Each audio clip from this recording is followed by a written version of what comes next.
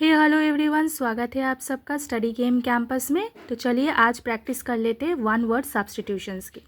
One word substitution यूँ तो हमारे सिलेबस में दिया ही हुआ है, लेकिन प्रॉब्लम यहीं पे आती है कि हमें याद नहीं रहती है। इतने सारे वर्ड्स है, इतने सारे वर्ड्स का सेंटेंस है, सेंटेंस को कैसे वन वर्ड में सब्स्टिट्यूट करें, तो ये काफ़ी सारे कन्फ्यूजन्स के बीच हम लोग पढ़े रहते हैं। खूब सारे बुक्स हैं, खूब सारे पेजेस से हम लोग पढ़ लेते हैं, पढ़ के फिर याद नहीं रख पाते हैं, तो कई सारी प्रॉब्लम्स है associated to one word substitution. तो चलिए आज जो हम लोग इस सेशन पे डील करेंगे वो है कि जो भी ऐसा वर्ड जो किसी पर्सन या फिर उसके क्वालिटीज़ के ऊपर डिपेंड करता है, ठीक है ना, तो बिल्कुल यही सारे वर्ड्स हम लोग इस पर्टिकुलर लेसन पे सीखेंगे। तो चलिए बने रहिए लेसन पे और ज़रूर इस चैनल को सब्सक्राइब करिए ताकि आपको वीडियोस के सारे नोटिफिकेशंस ऑन टाइम आपके पास पहुँचे। तो सबसे पहला वर्ड हमारा क्या है जो आज मैं आपको कराने वाली हूँ, वो है ऑल्ट्रुइस्ट। ठीक है, ऑल्ट्रुइस्ट। तो ऑल्ट्रुइस्ट हम लोग किसे कहते हैं? देखो, ऑल्ट्रुइस्ट मतलब अ person who is concerned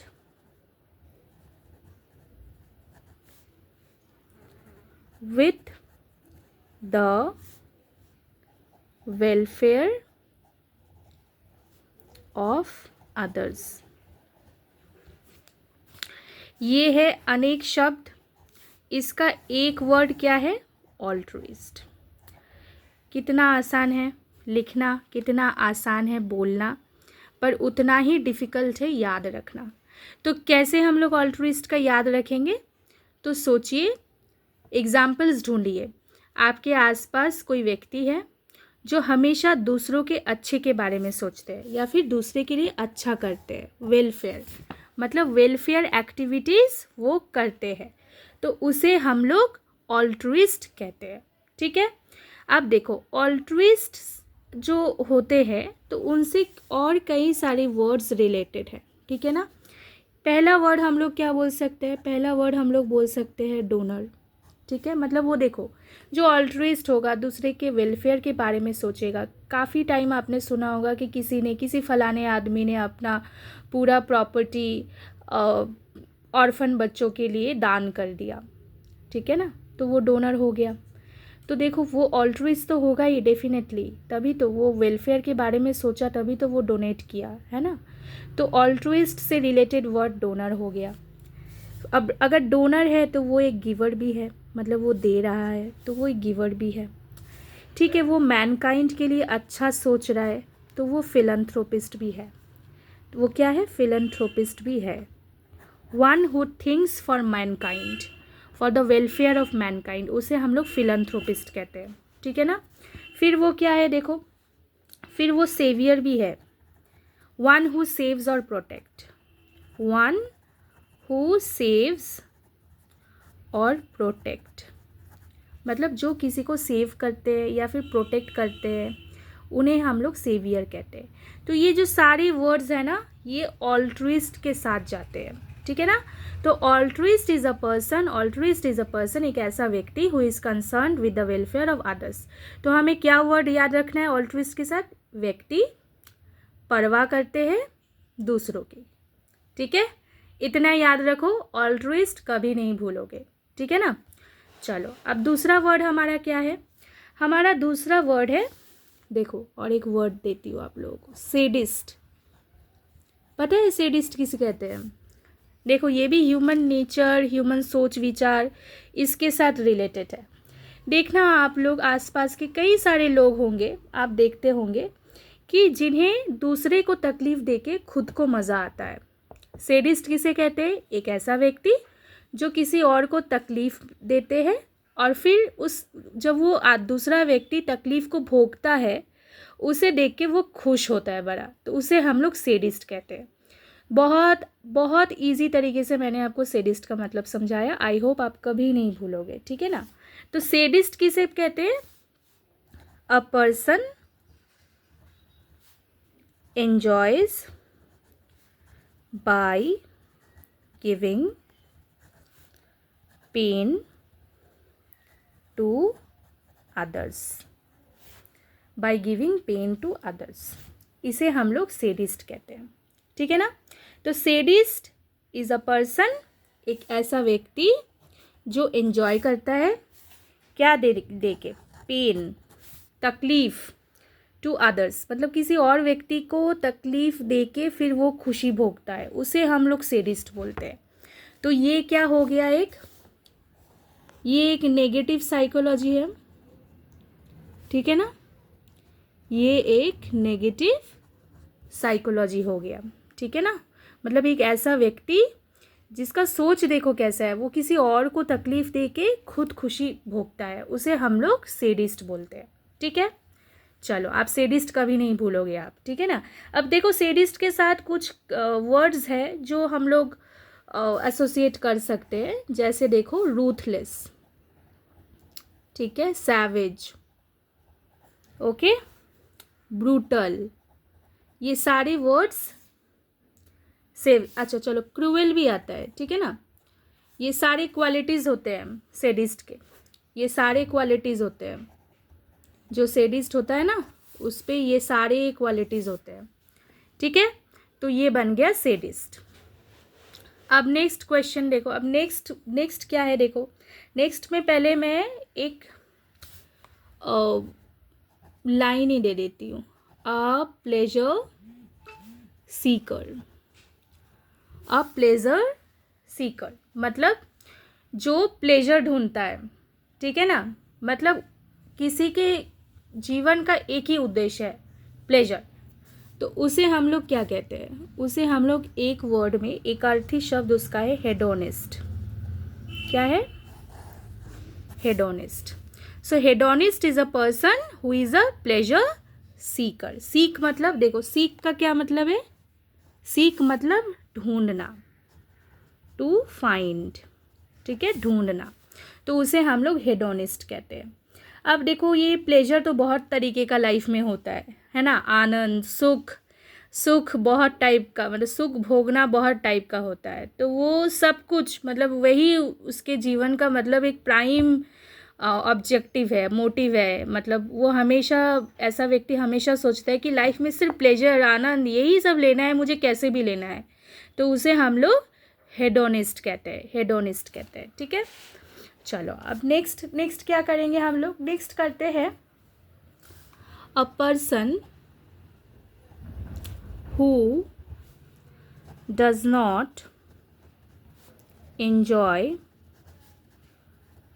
being into public, मतलब एक ऐसा व्यक्ति जो बहुत ही प्राइवेट लाइफ लीड करता है, तो उसे हम लोग क्या कहते हैं, उसे हम लोग कहते हैं इंट्रोवर्ट। काफ़ी बार आपने देखा होगा आपको इंट्रोवर्ट का एंटोनिम पूछते हैं। ठीक है, अब देखो इंट्रोवर्ट का एंटोनिम क्या है पता है, इंट्रोवर्ट का एंटोनिम है एक्सट्रोवर्ट। ठीक है, एक्सट्रोवर्ट मतलब जो एकदम खुल्लम खुल्ला अपना जीवन जीता है, मतलब जो बहुत मज़ेदार व्यक्ति, मतलब सबसे बातचीत बहुत इजीली कर लेते हैं, है ना। लेकिन जो इंट्रोवर्ट होते हैं ना वो बहुत शाई होते हैं। इंट्रोवर्ट क्या होते हैं, इंट्रोवर्ट बहुत शाई होते हैं, बैशफुल होते हैं, मतलब बहुत शर्मीला, ठीक है, बहुत इजीली घुल मिल नहीं पाते हैं, उसे हम लोग इंट्रोवर्ट कहते हैं।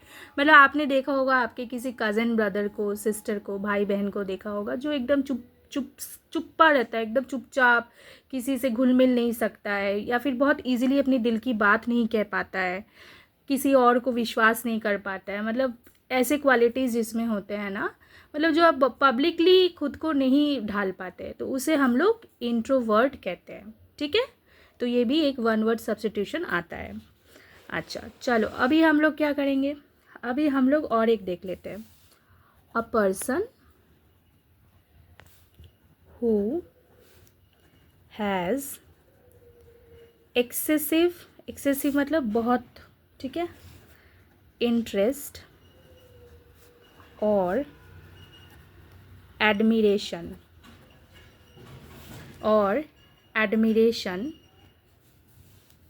ठीक है, ऑफ themselves।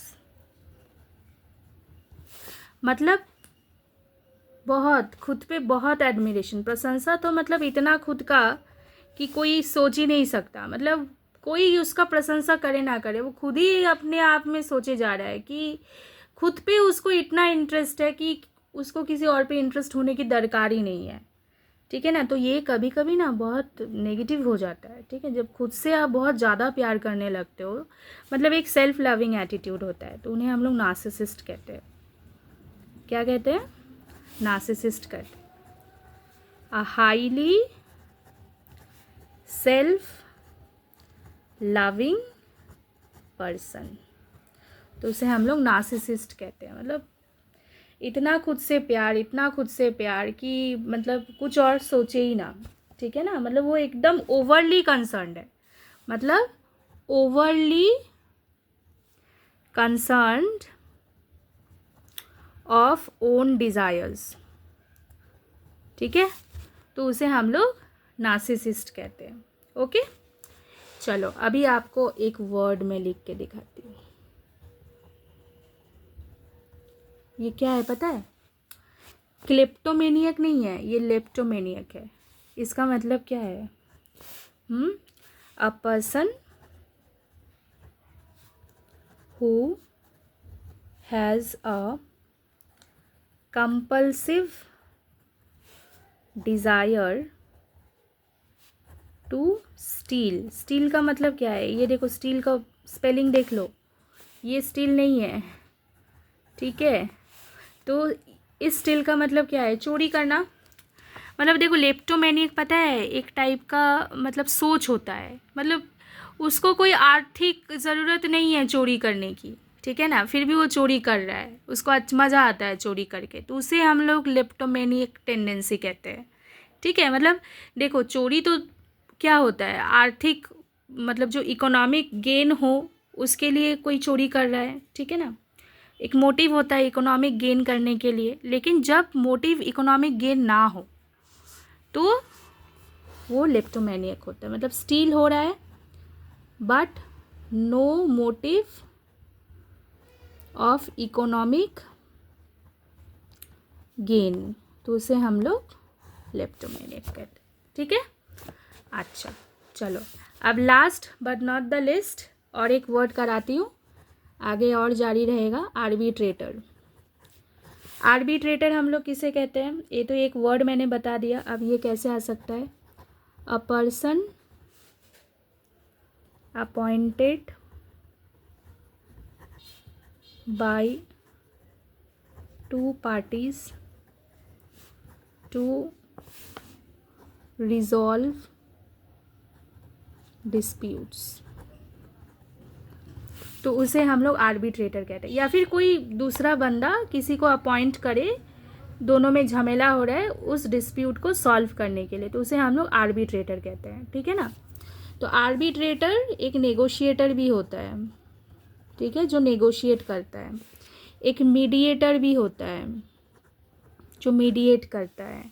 ठीक है, काफ़ी टाइम आपने देखा होगा जब रेफरी का रोल आपको पता होगा, फुटबॉल मैचेस में आपने देखा होगा, तो वो भी एक टाइप का मतलब आर्बिट्रेटर का ही काम करता है। तो रेफरी भी होगा, रेफरी गेम के लिए होता है। ठीक है ना। और बाकी जो भी लीगल डिस्प्यूट्स है, कुछ भी है जिसे हम लोग पंच कहते हैं, तो आर्बिट्रेटर। ठीक है ना।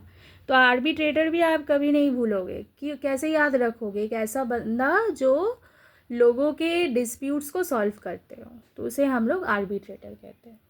तो चलिए, आज काफ़ी सारे इंपॉर्टेंट वर्ड्स आपने सीखे जो आप कभी नहीं भूलोगे। Altruist, sadist, hedonist, introvert, narcissist, kleptomaniac, arbitrator. ठीक है, ये सारा वर्ड्स आज आपको क्लियर हो गया होगा 100%।